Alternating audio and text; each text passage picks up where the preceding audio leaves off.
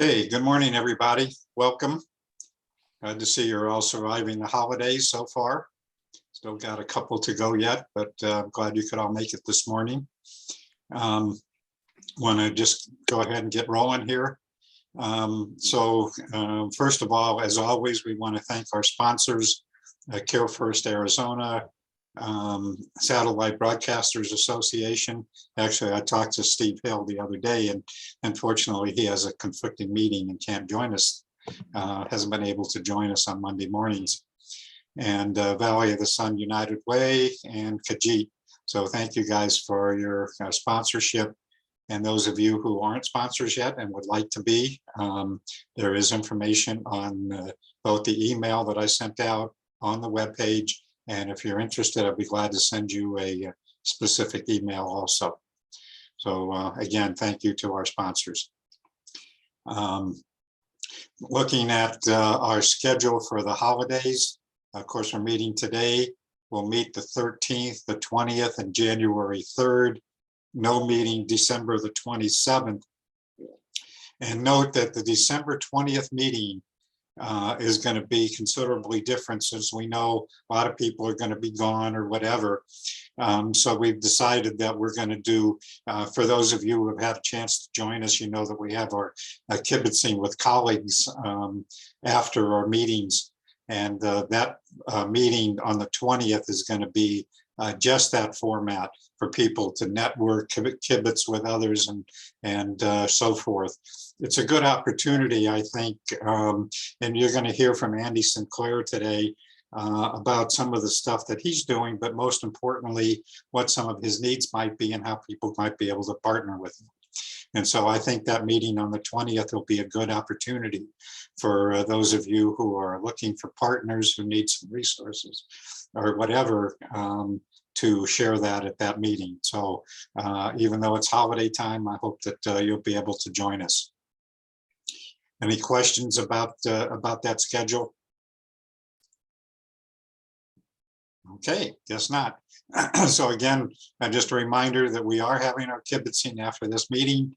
And again, for those of you who may be new, excuse me, that is just an informal sharing of information, looking for resources and so forth. There's no agenda, there's no presentations, and that meeting that takes place immediately after our formal meeting has concluded. So I encourage you all to join us. Let's see, what else do I need to talk with you about before we get into the formal agenda? Excuse me. So if there's nothing else, any questions about that, let's just jump into our updates. Jeff, you want to start? Yeah, hi, Steve. Happy Monday, everyone. Three main things I wanted to hit on today.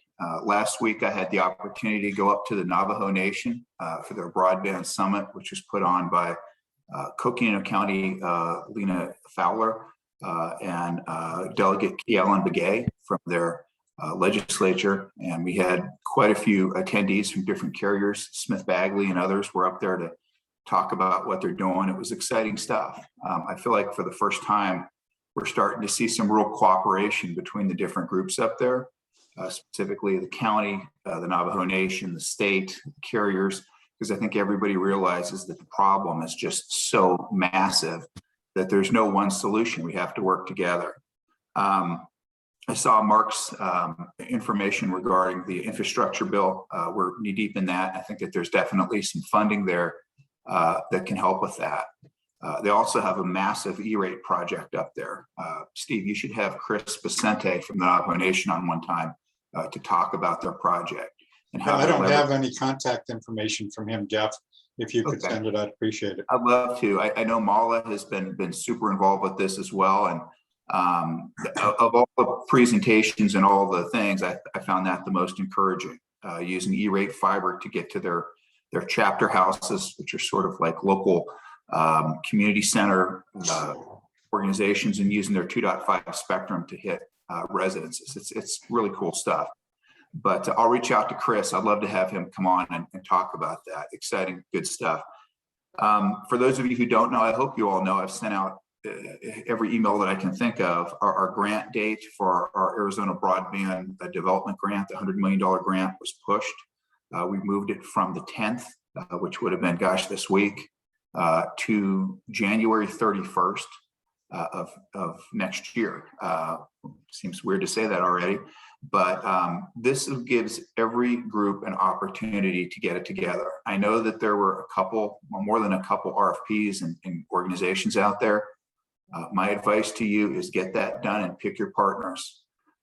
You need a finished product here. This is a last mile primarily grant, and we're looking for finished product.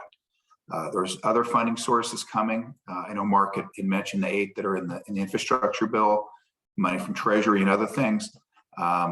But this is something that you need a finished product. This is I think I'm going to steal this from Mark again, a shovel-worthy project. So make sure you get it done. We've had a ton of interest from a lot of different folks around the state. Pima County and Maricopa County, there's $25 million for y'all there. So I'm hoping that we see some interesting stuff from Pima and Maricopa counties as well, partnering with the different carriers. Lastly, our middle mile strategic plan, which is an amendment to the overall broadband plan.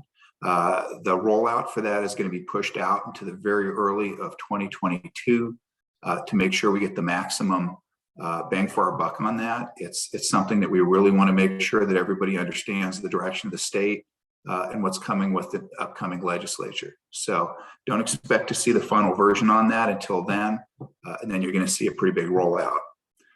Those are the 3 things I had for today, Steve. Okay, thank you, Jeff. Any questions for Jeff? Oh, one last thing. I did get married on Saturday. So Cool. that's my, so if I was unavailable, for those of you who tried to get a hold of me on Friday and Saturday, and for quite a few, I have a legit excuse and I have pictures to prove it. So all good here. Well, congratulations. That's awesome. Thank Cool. Actually, I think I saw some of your pictures, Jeff. Oh, good, good. Yeah. So that's really cool.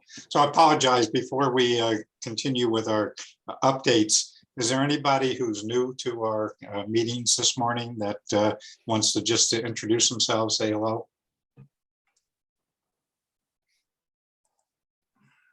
I take it that's a no. Okay, Mala? Hi, can you hear me? Yep. Yeah, good morning. Congratulations, Jeff. Great news to hear. And great news about the delay in the grant, because we would never have managed to get anything in before December 10th. I'm glad that we had some extension of time to do it. Just want to say that E-rate, we had 33 waves of funding and a little over 102 commitment for Arizona, 102 million commitment for Arizona. There is a lot of angst over the new FCC proposal to have the new bidding portal, a portal where the bids can be submitted.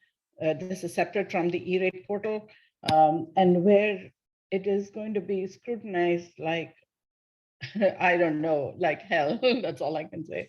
As it is, there has been so much of issues to overcome with the new portal, but it's working well. The new portal was put into place 3 years ago, and it's working really well. I don't see a need for another portal to put the bids in. This means there's going to be more delays and probably real issues with consortium applications, with state procurement rules and things like that. So SECA, the State E-rate Coordinators Association, as well as Shelby, is putting up some comments to FCC to see whether they would reconsider or consider at least the questions that we raised for the NPRM, the notice of rulemaking, which hasn't come out yet. ECF, the fifth wave has been declared, and Arizona, in the fifth wave, Arizona has $7.2 million that has been approved for funding. Cumulatively, Arizona in the first 5 waves has been approved for $104 million.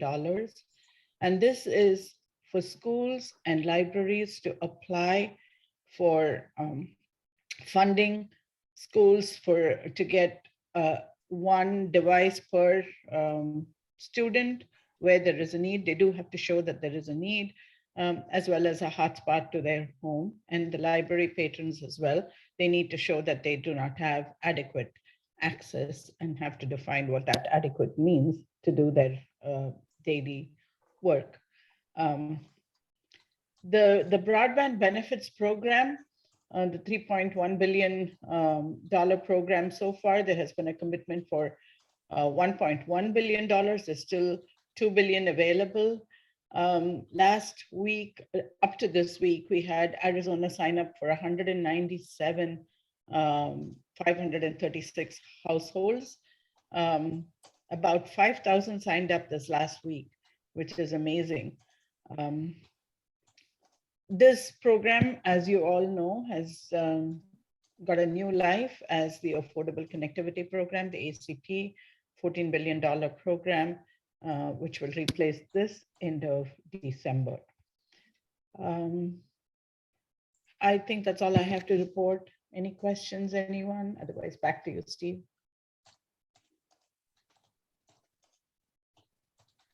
I'll be right back with you. 1 second, please. Okay. Any questions, anyone in the meanwhile? Hey, Mala, this is Ian with Smith Bagley. Have you heard on a date for E-rate to set the window to close yet? Not yet. They will take that decision very soon. That's what I heard at the last meeting. Okay, thank you. And just to follow up on what Jeff said about the Navajo Nation, yes, they are doing a huge E-rate project. They applied for $53 million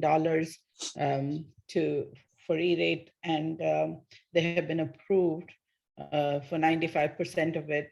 The remaining 5% comes from the state matching fund.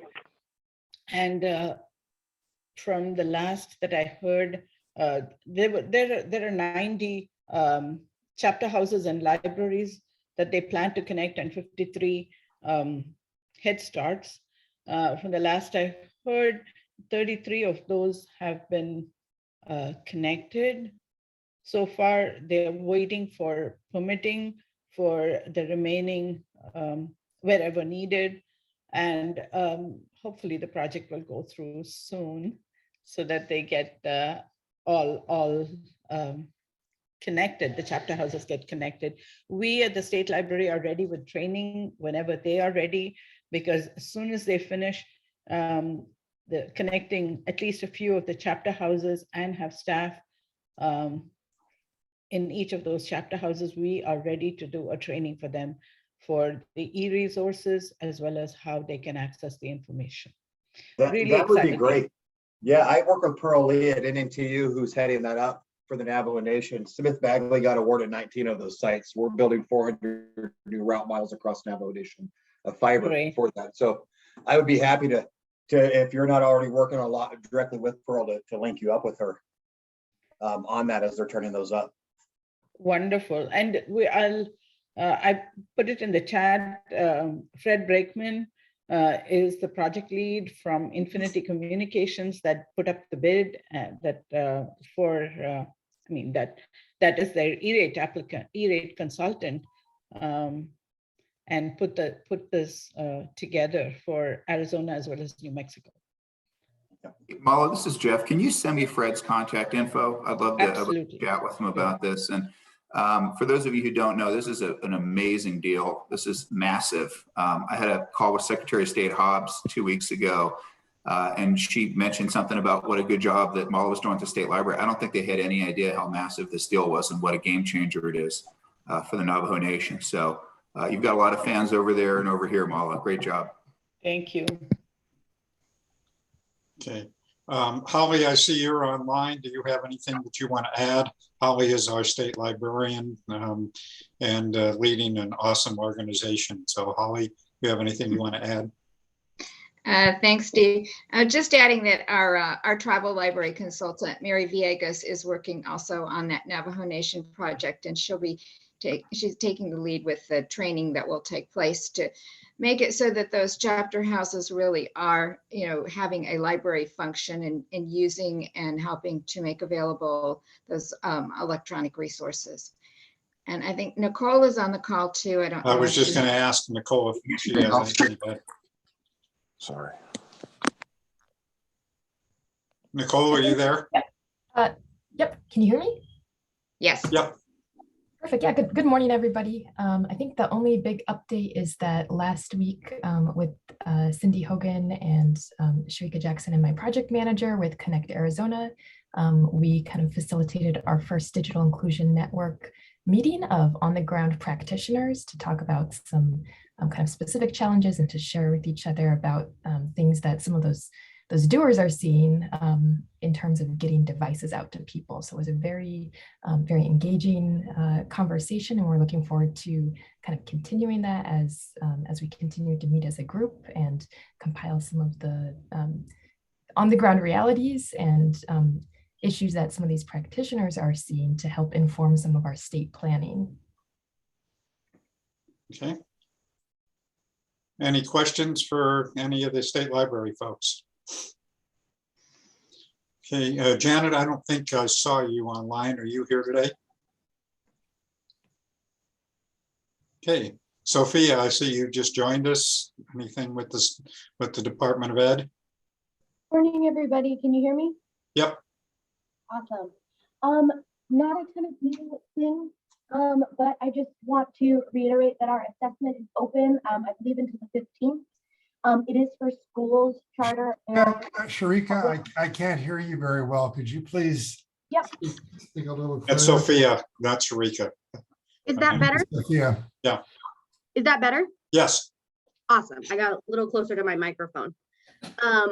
Our assessment for schools to see where schools are at with technology is still open until the 15th. It's for public school districts and charter schools to complete. If you know any school districts and feel like you want to reach out or encourage them to complete it, that would be wonderful. We would like to hear from as many schools across the state as possible so that we can really get our Office of Digital Teaching and Learning going. If you need more information or want the link to the assessment, let me know. I am going to put the public website for the assessment in the chat right now. And I see, Sophia, that the Office of Digital Teaching and Learning is now live. Yes, they have, I think, 3 employees now hired. Wow, that's So great. it's up and running. Okay.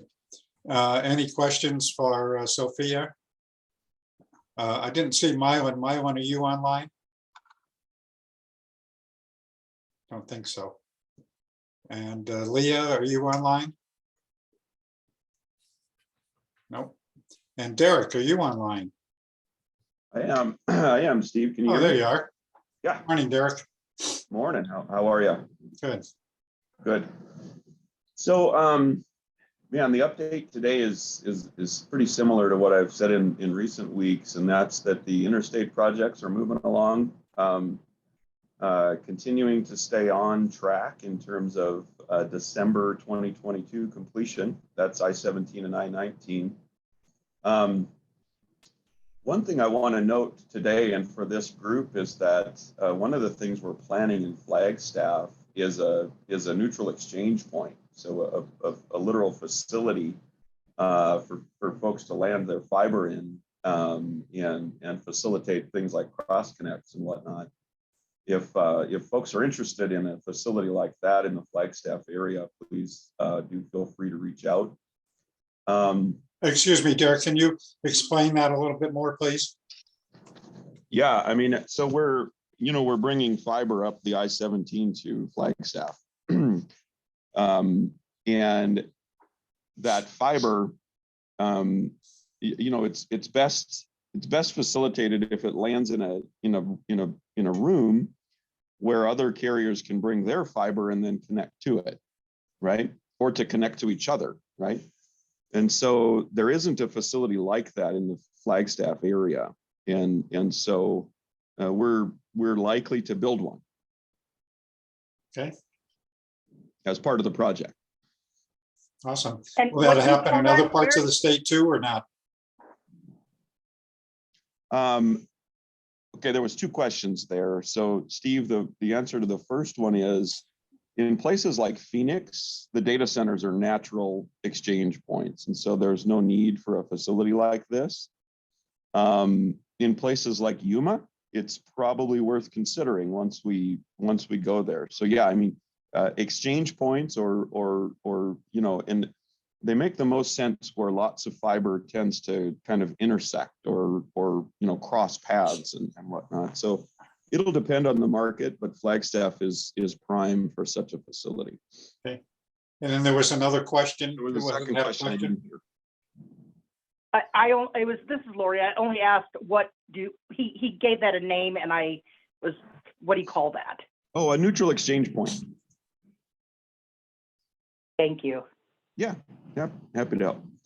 The other thing I want to announce is that we're hoping by the end of the year that Pinal County schools, or at least many of them, will be live on Eduroam. So stay tuned for updates on how that goes and what those students and staff are able to do with it once we get them live and functional. So that's all I got today, Steve. So Derek, you might want to remind people, because I know we have a lot of new folks also, about Eduroam and what that is and how it works, please. Yeah, so Eduroam is a wireless SSID that schools and libraries and municipalities and other organizations can advertise on their Wi-Fi networks, and it's authenticated with student and faculty and staff's home organization's credentials. So it's a secure wireless network that allows for students and staff to roam between Wi-Fi ecosystems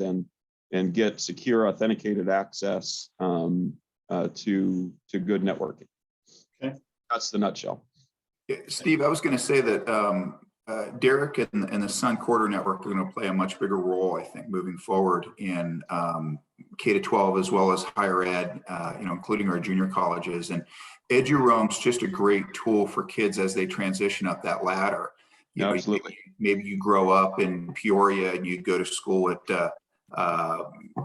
Glendale Community, and then you transition to NAU. You have the ability to take it with you, and it just provides continuity. It's a really good product that we support.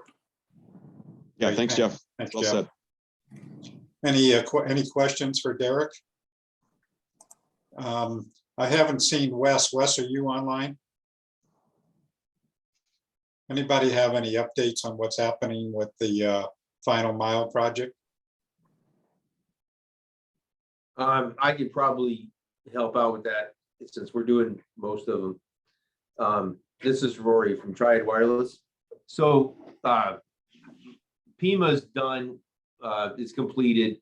We're waiting for contracts from the attorneys for us to be able to put the towers up and any more equipment on site, but all the equipment's here in Phoenix, just waiting to be deployed. So as soon as the contracts get here, our crews will be out there installing them. So we're targeting about the 15th of January to have all of them completed. Okay. Anything else? Any other information about Final Mile?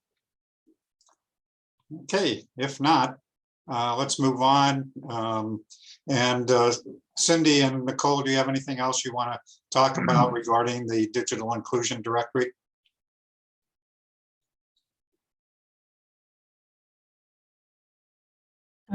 Tomorrow late in the evening, we're doing a big overhaul to our website, and our first run at our directory will be live. So stay tuned for that.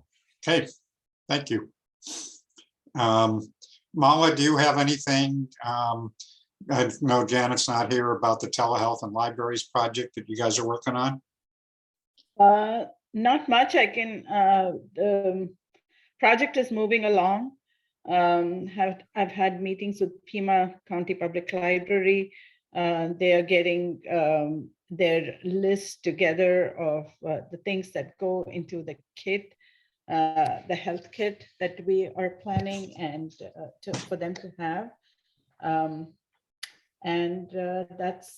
I'm hoping that the project is going to go live maybe in the early next year, January. Okay. Any questions for Mala about the telehealth and libraries demo project? If not, let's move on. Cindy, is there anything that you need to talk about regarding the Seniors Digital Inclusion Initiative with the United Way down here in Tucson? Yeah, we're meeting on Friday with the group. It's really not under United Way. It's really under PMIC Council on Aging. I got that wrong and probably and was corrected by PCOA. So just wanted to say that, but yeah, we are meeting again on Friday. Okay, thank you. So is that open to anybody who's interested in dealing with senior issues? I would imagine so. I'd have to figure out how to get them a Zoom link if I find out who they are. Okay. Sure. Okay. Hey, Yeah, Steve. Yeah, this Fernando. is Fernando. Usually Mala gives a great update on the emergency broadband benefit. How many, did she recall how many subscribers we have in Arizona? Or how many applicants up to this point? She's already said that. She mentioned that. Oh, my apologies. Okay. I jumped on late. Okay. I thought I heard 197 new applicants, 97,000. Maybe that was. No, it was not 197,000 new applicants. It was about 5,000 new applicants this week and a total of 190, let me see exact numbers, 197,536. Thank you so much. No worries. Thank you for asking. Hey, Steve. Yeah. This is Kirk. I see Commissioner Marquez Peterson on now. If she wants to. Morning, Leah. Good morning. Morning, Leah. Good morning. Sorry, I jumped on a little late. No problem. Do you have anything to share this morning? Nothing much. I will tell you, I know our Arizona Universal Service Fund discussion has been pretty stalled at the commission. We've had a lot of other items on our agenda, but we did confirm with staff that I plan to put it on the January meeting agenda. We have, I don't know, 45 items on the agenda for December, so we couldn't tackle it this month, but January we're going to discuss and possibly vote. So Steve, I know you'd had an interest in getting together and discussing. We should do that this month. Okay. I'll get in touch with you, Leah, and we'll schedule it. Related to that, Mark, you probably know that there's some talk about at the federal level of looking at some changes to Universal Service Fund. Am I correct about that? Yes. In fact, I think there's a piece of legislation moving that requires that reexamination and potential restructuring. So there is the beginning of a federal movement towards that evaluation and potential reinvention of it. Yes. So it would make some sense. Which universal fund are you talking about, Mark? You mean the federal universal fund? Yeah, the federal that does provide E-rate and other programs. Okay. USAC. Yeah. So it would make some sense for us to obviously keep an eye on that and how, or if that has any implications for Arizona. Leah, you were part of a task force at the national level with your utilities group. Is there anything that's been happening with that recently? Yeah, we've had some good meetings recently where we're looking at all the federal money that I know Jeff's trying to wrap his arms around and make sure enough of it stays in Arizona. We've seen a lot of comparisons between the states. The recent data Mala gave on the emergency broadband benefit, it was interesting for me to sit with other states across the country and talk about how they try to promote and how they try to engage families on that. So it's interesting how each state is tackling it differently. I also was very happy to see that Jeff is getting an assistant, and I know he's in the middle of hiring for that right now. And we talked about the structure of different broadband offices across the various states. So it's been good. It's just kind of comparison data and information. Okay, any questions for Mala or Mark regarding some of that discussion? Steve, just a quick comment. I think in an earlier AZBSN notes, I'll give you the right exact date we did. I did mention about US Forward, which is a research done on FCC's USF contributions. Shelby did a webinar on it, and I'll put the link to the webinar in the chat. So I just want you to be aware that there is a lot going on in that area and a lot of analysis that has been presented already to FCC to take a decision. This is mainly in line with not just having the cell phone, the landline providers make a contribution, but also broadband providers making a contribution. So while it means a larger base, the contribution amount will be less per service provider. So I will put the link to that in the chat, and anyone who's interested can look up that research. US Forward, that's what it's called. And so Shelby's position is what, Mala? Shelby's position is that we should go ahead with the reform because the USF fund contributions is sorely outdated. Yeah. Right, it's based on landline surcharges, and landline use continues to drop. And so it's both on the dollar collection side and the distribution model. Right. So it's something we'll try and keep an eye on. And again, I don't know if it has any implications for Arizona and the Corporation Commission, if there's some consistency or not. It's in my report of September 27th. Okay. Thanks, Mala. Thank you, Mala. And I'll take a look at that. And Steve, can I mention one more thing? You sure can. I think most folks are aware in our state and across the nation, we're transitioning from a coal industry to clean energy. And so we're struggling with how to work with coal impacted communities and how to bolster up their economies. And again, it comes back to broadband and high-speed internet.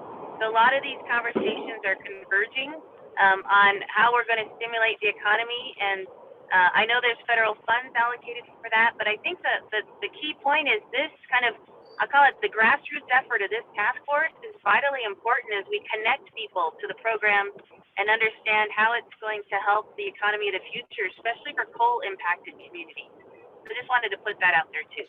Well, and I think when we did the partnership with Chicanos por la Causa on that grant that we're still waiting to hear about, that one of the things that we talked about and heard from some of the communities, particularly on the border, is that a lot of businesses have not really made the digital transition, some of which should have happened even before COVID hit, but certainly has become more important. And now you're, of course, raising another issue about the coal communities. Hey, Leah, this is Kirk Bush, and Jeff might want to chime in here too. So we sometimes get kind of sucked into our vacuum trying to get things done with our head down. How do we really stack up from a perception standpoint with the rest of the country as a state, as it relates to winding down coal and a transition to renewable energy, and then facilitating any of that econ dev effort with our broadband efforts? Just kind of curious how we're perceived. And that's a good question. I mean, obviously, some states are moving faster than others, like California and so on.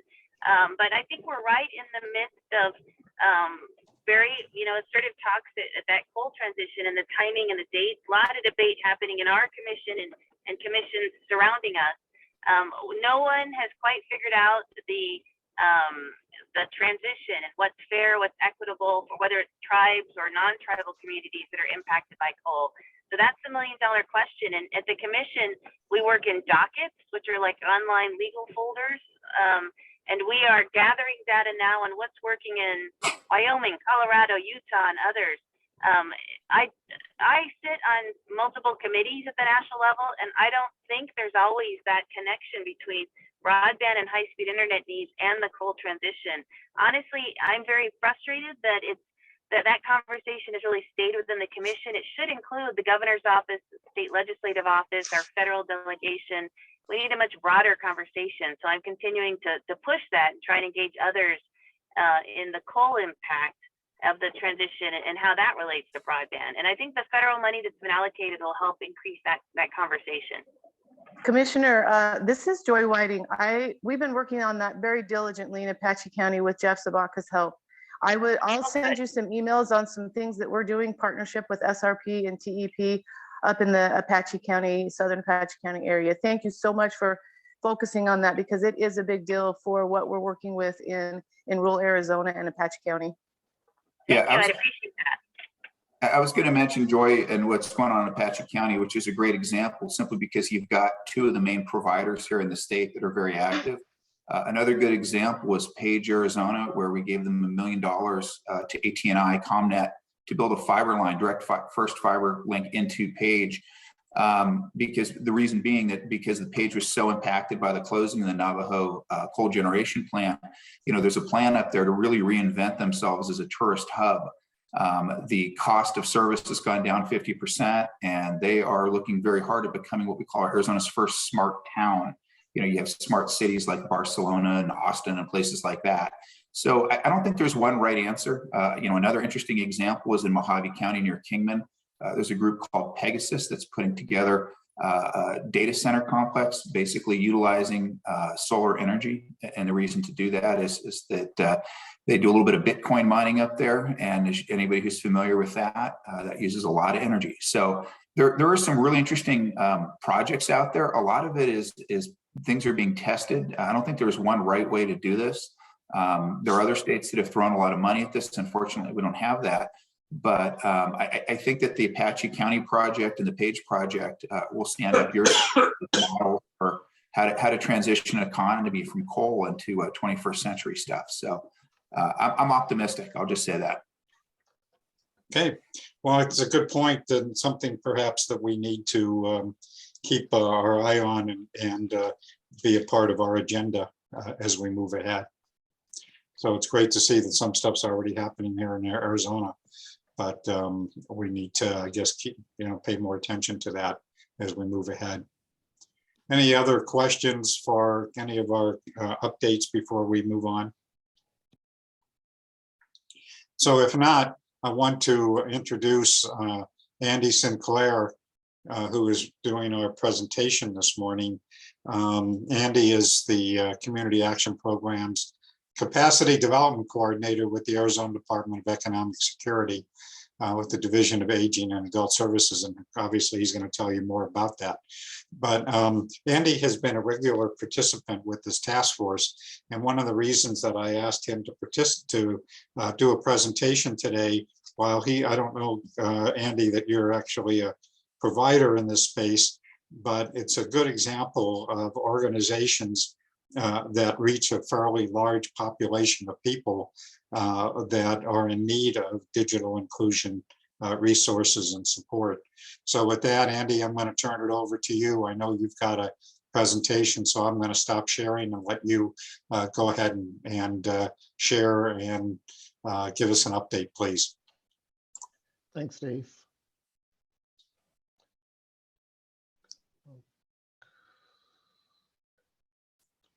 I've got to get my screens together. Bear with me, please.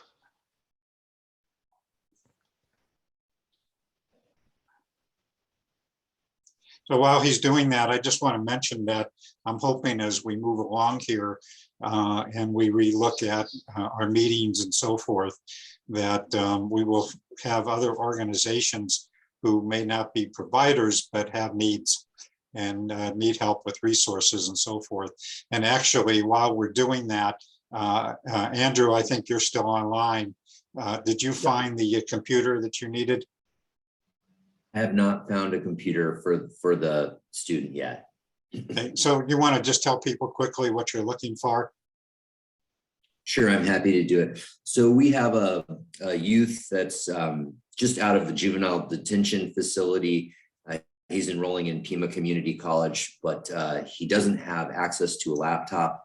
And I am trying to procure for him a low cost or free laptop so that he can begin his studies in the spring. So anybody that can help with that, please reach out to me. I would greatly appreciate any help that anyone can bring. Okay. Thanks, Andrew. Okay, we're back to Andy. You're on, Andy. Okay. Can you see a screen that says Arizona Department of Economic Security? Sure can. Excellent, excellent. Steve, thank you.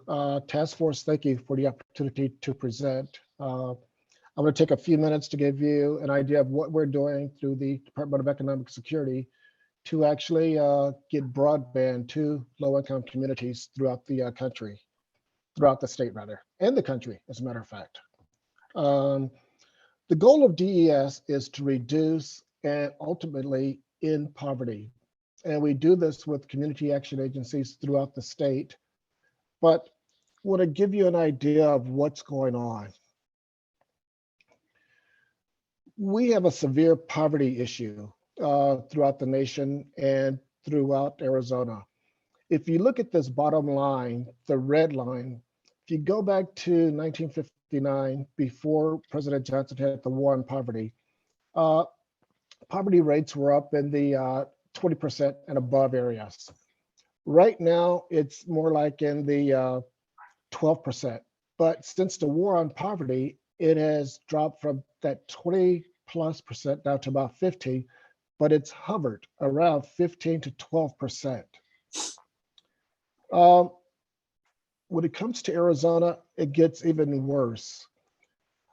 These are the latest census numbers. Poverty rate right now is about 11.4%. In Arizona, about 13.5%. But if you look at some of these counties, such as Apache, 33.4%. La Paz, 22.1%. Santa Cruz, 18.8%. How can we lower these numbers? And that's the goal of our DES right now.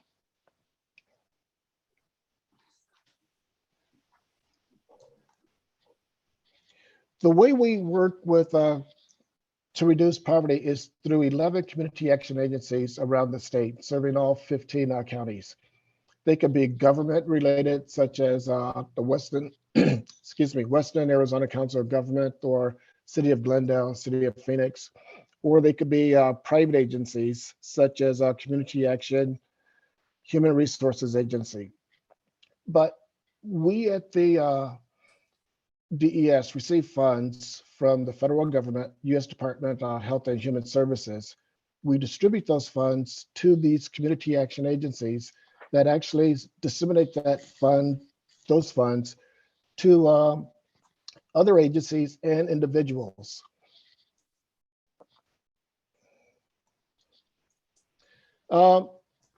Community action agencies are unique in that they work with a variety of different programs, of different organizations, different processes to eliminate poverty, as opposed to working on one specific issue, such as just food banks or just housing.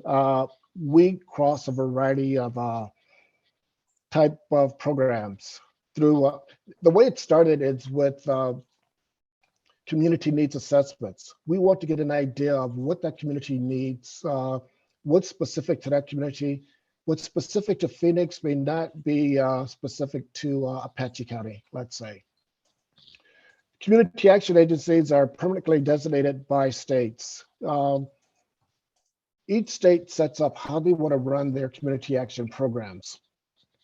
And the agencies, community action agencies, are actually governed by boards. And those boards are known as tripartite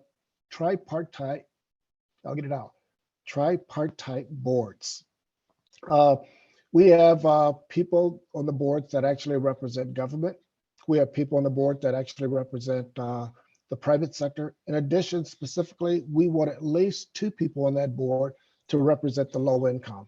And that could be a low income person in the community, or that could be an organization in the community that works with the low income.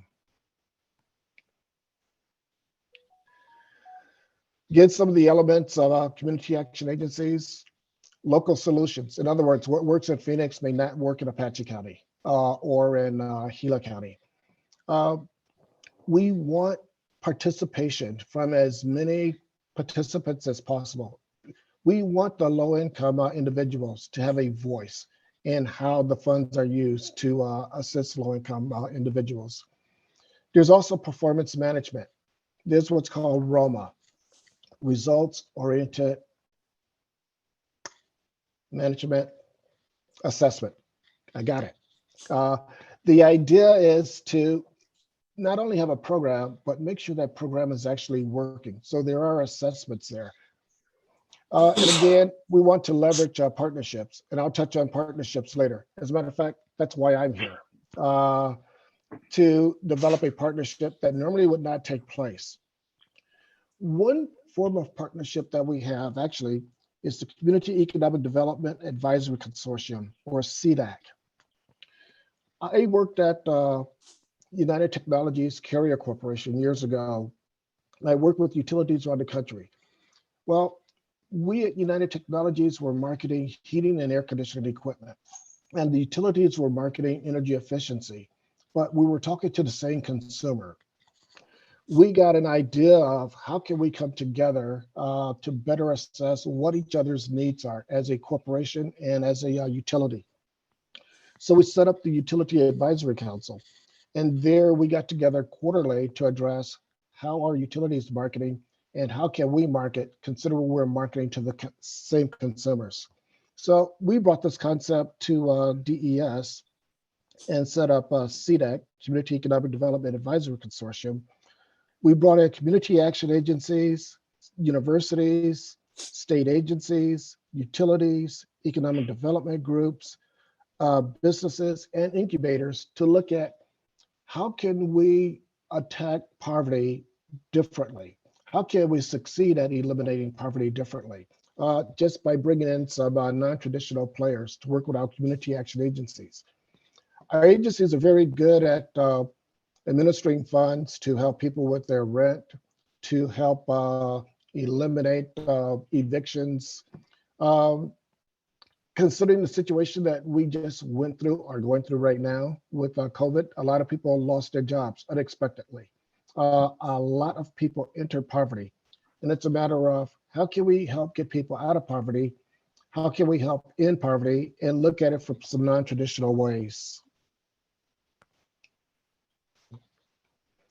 One of the programs that we use is LIHEAP, the Low Income Home Energy Assistance Program. And those are funds that come from Health and Human Services, and that money is administered by the community action agencies.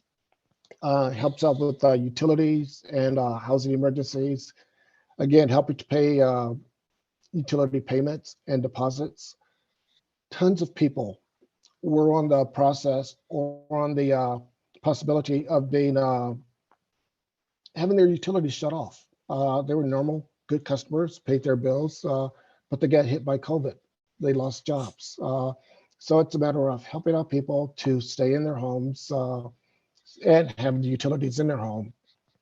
The funds are also used for deposits for rent, in addition to assisting people with their mortgages. In other words, eviction prevention.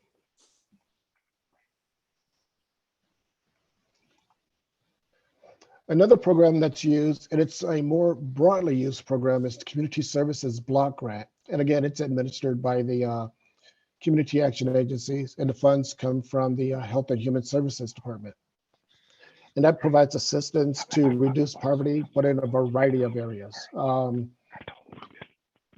organization, PEP, which is based in Tucson, uses their funds to help teach low-income migrant family youths how to get into the medical fields, such as medical assistance, pre-nursing, and other programs.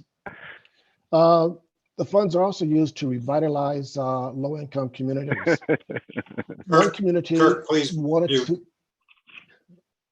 Sorry, Andy. One community wanted to help its school system with drama. It was a facility that was not being used.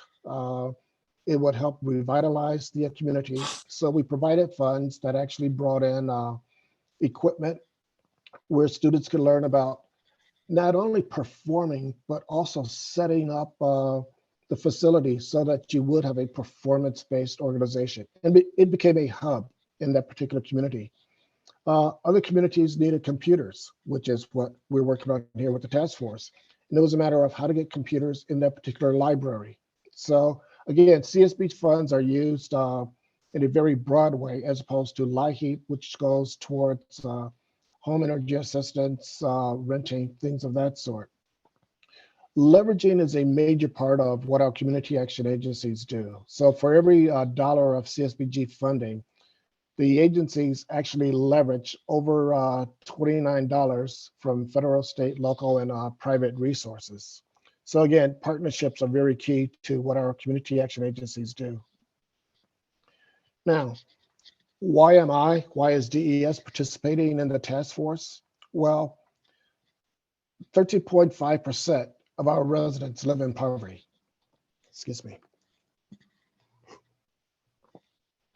Nearly 13% of Arizonans do not have access to a high-speed internet, which limits their access to education, as we've seen, limits their access to employment, and even seeking employment, limits their access to healthcare in addition to transportation.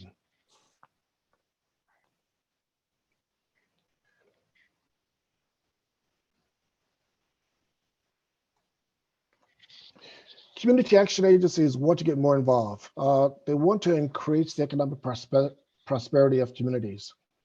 Working in the private sector, working in economic development, many companies are not going to go to areas that have bad communications, including bad internet or broadband.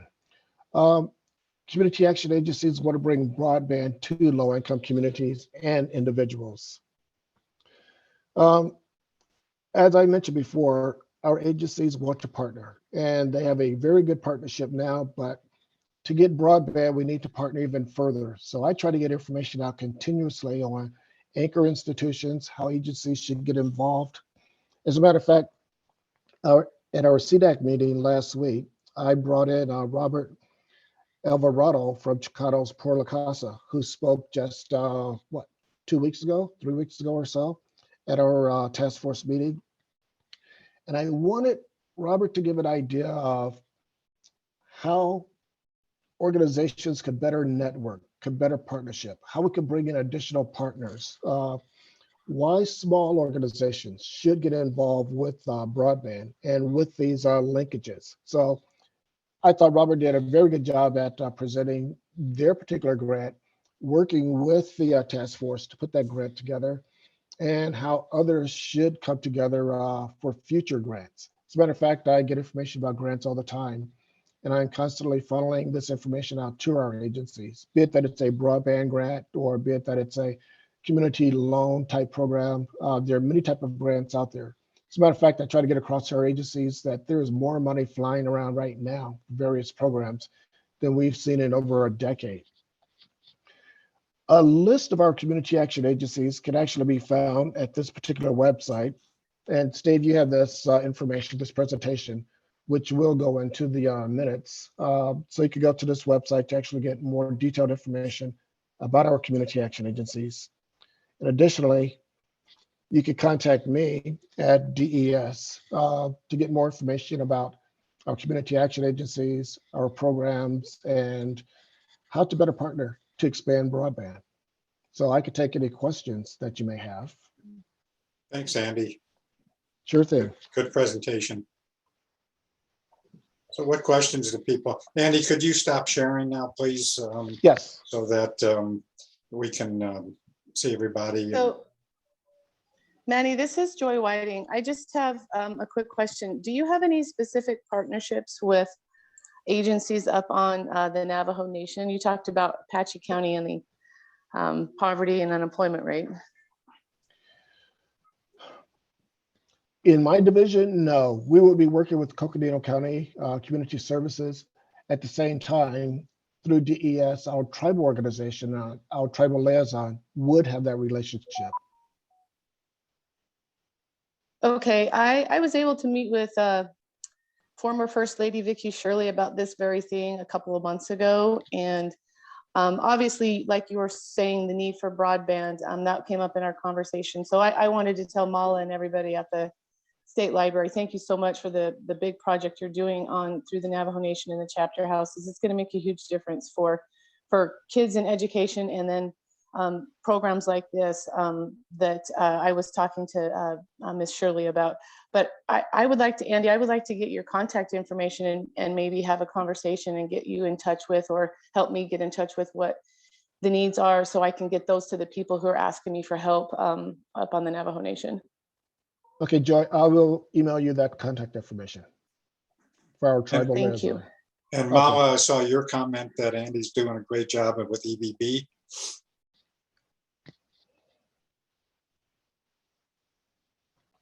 This is Lindsay. Good morning, everyone, from the Alliance for Community Health Centers. Yeah, I was just wondering, have you guys partnered with the community health centers at all? And if you have, I mean, can you describe a little bit the work that you have been doing with them? Yes, unfortunately, one problem that we have, like with many organizations, we are very silo oriented, but our division on disabilities, our division on, I can't think of the proper name for it, but termed DBIMI, does work with community health service organizations. And I could get you a contact person there. And Mauricio, I know you're on. I'm sorry, go ahead. Joy, do you have something else? Or Lindsay, did you have something else? Yeah, I was gonna say, like it will be interesting just to see, and I know that Janet and I have been talking about this, and like how the community health centers could be involved in some of these projects. They're actually, funded by HRSA just to take care of the low income population. So it will be interesting, if we can just leverage some kind of partnership. I mean, it might not be me specifically, it might be Jennifer, who is the other person, within our organization, but I would love to see maybe having the community health centers a little bit more involved into this development, into the program development, I guess. Actually, in Pima County, there is a partnership, and I can't remember the health facility's name offhand, but through our community services block grant, Pima County is funding the medications and some of the medical services that are actually administered to low-income consumers in that area.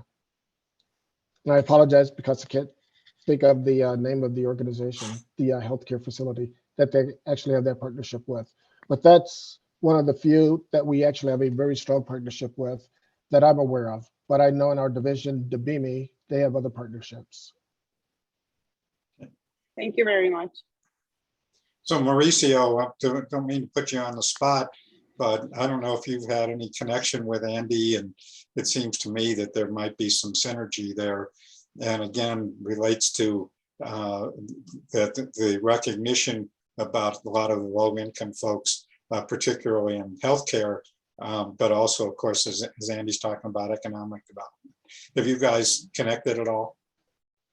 Well, not directly with Andy, and I think one of the reasons why I put a link for DES is DES has over 40 different programs that touch different populations. So as Andy was saying, they're so focused on the area that they provide services in that sometimes it's very difficult when you have over 40 programs throughout the whole state of knowing where to connect and who to connect to. So I give Andy a lot of credit for trying to fit in such a big umbrella of services into like a really small presentation. Now, I will say that there is an organization that I'm sure Andy's familiar with. It's called Wildfire. And they're like the statewide consortium of community action agencies. I can put that information also in the chat.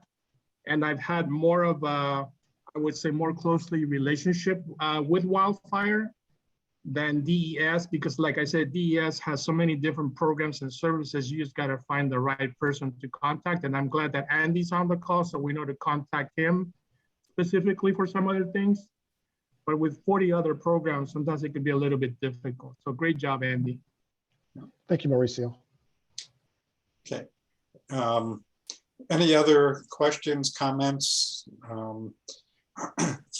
You know, again, it points to the need for, which I think we all already knew about, particularly low-income folks and what their needs are, but for economic development, healthcare, and so forth. And so I think we'll continue that discussion. In the meantime, if anybody's interested, of course, to contact Andy and look at how you might be able to support some of their needs. Any other questions or comments? I take it that there is none. So if not, thank you all for joining us again today, and we'll see you soon. Again, if you're interested, you're welcome to. Oh, I'm sorry, Lisa, before we go, Lisa, you still there? Lisa, you want to just take a minute and talk about the presenter you had at your meeting the other day?